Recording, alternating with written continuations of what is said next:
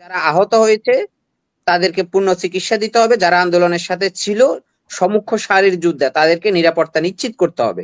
তো এই যে বিষয়গুলো আমি মনে করি, ধরেন আসলে যে যাই বলুক, বাংলাদেশে একটা অন্তর্বর্তীকালীন সরকার যা খুশি তা এর মধ্যে আমরা দোয়াশায় ছিলাম। অনেকেই বলতেছে ১/১১ আসতেছে, নির্বাচন হবে না, বাংলাদেশের ভবিষ্যৎ কোন দিকে যাচ্ছে, ফ্যাসিস্টটা আছে। তো সবকিছুকে ধরেন সবকিছুকে ধ্বংসস্তূপের মধ্যে দাঁড়িয়ে তিনি কিন্তু নির্বাচনের ঘোষণা দিয়েছে। আমরা ধরেন এই প্রজন্ম, অর্থাৎ জেনারেশন জি, আমরা কখনো শেখ মুজিবের শাসন আমল দেখি নাই বা আমরা মুক্তিযুদ্ধও দেখি নাই, কিন্তু আমরা সেটা ইতিহাস থেকে শুনেছি।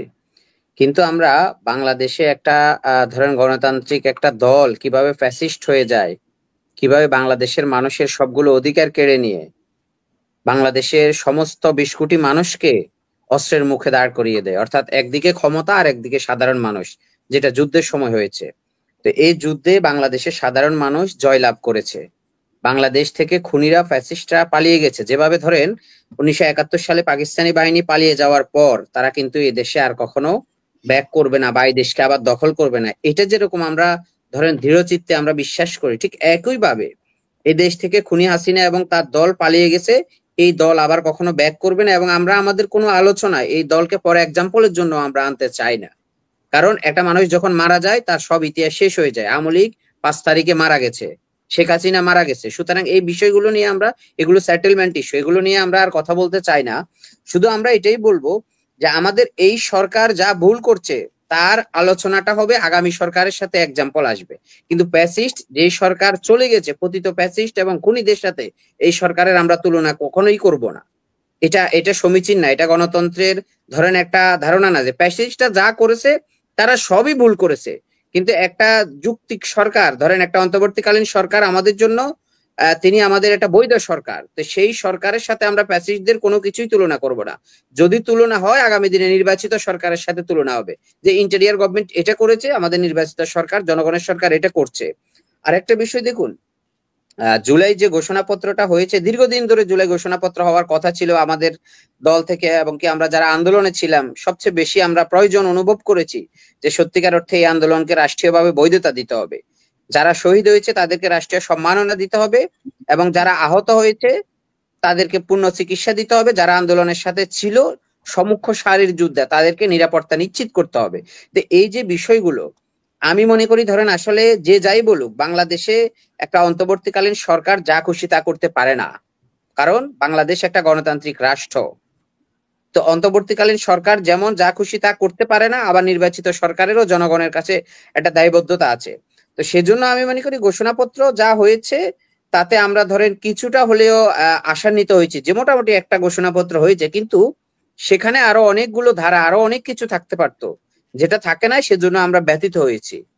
আরেকটা দিকে কিন্তু আমরা পাশাপাশি যদি প্যারালাল হিসেবে, আপনি তো বলছেন যে সন্তুষ্ট হয়েছেন বা মানে আশাহত হননি, কিন্তু সেখানে এটা কবে ইয়ে করা হবে, কার্যকর করা হবে, এই সরকারের দায় দায়িত্ব কি? মানে ঘোষণাপত্র শুধু পাঠ করাটাই এই সরকারের দায়িত্ব, আর পালন করাটা পরের সরকারের দায়িত্ব? আর যারা ছাত্র জনতা যারা উপস্থিত ছিল তাদের নিরাপত্তার বিষয়টা কিভাবে নিশ্চিত করবে এই সরকার?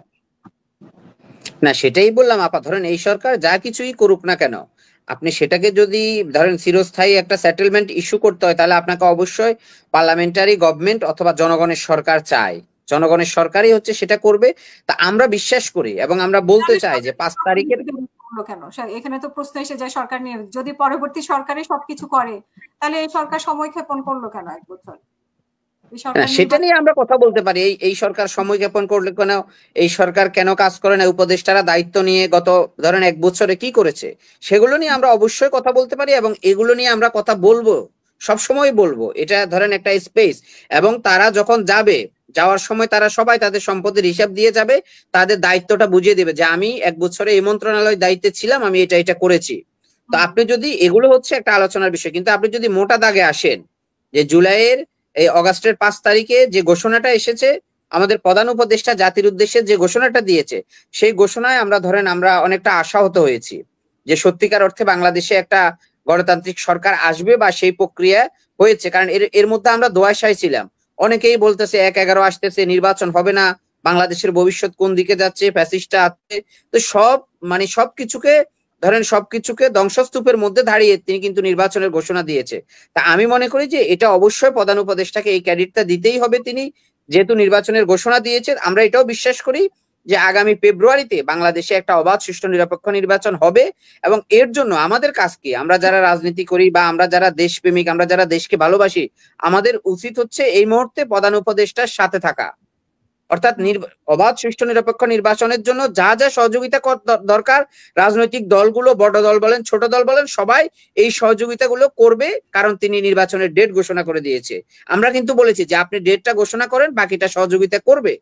তো সেটা দেখুন, এই সব কিছুর ইস্যু হচ্ছে একটা, আপনি এই গভর্নমেন্ট চাইলেও আরো 2 বছর থাকলো, আচ্ছা আমি ধরে নিলাম 2 বছর পরে কি হবে বা 2 বছর থেকে তিনি কি করবেন।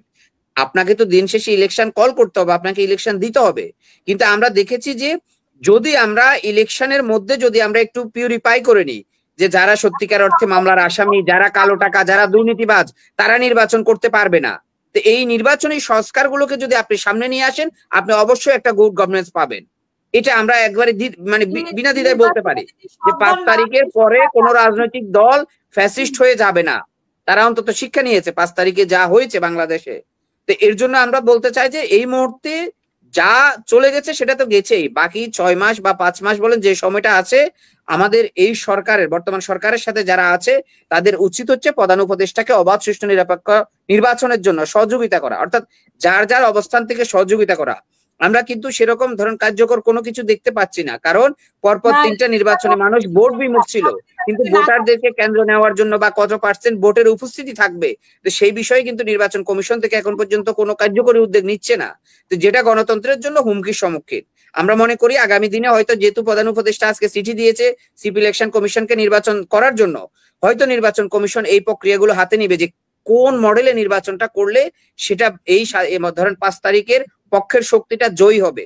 আমি মনে করি যে আমাদের সিপি ইলেকশন কমিশন এবং আমাদের প্রধান উপদেষ্টা সহ বাকি যে বড় বলেন, ছোট বলেন রাজনৈতিক দলগুলো আছে, তারা নির্বাচনমুখী, তারা ফ্যাসিস্ট মুখী না, তারা জনগণের ভোট চুরি করে ক্ষমতায় আসতে চায় না, তারা জনগণের মতামতকে মূল্যায়ন করতে চায়।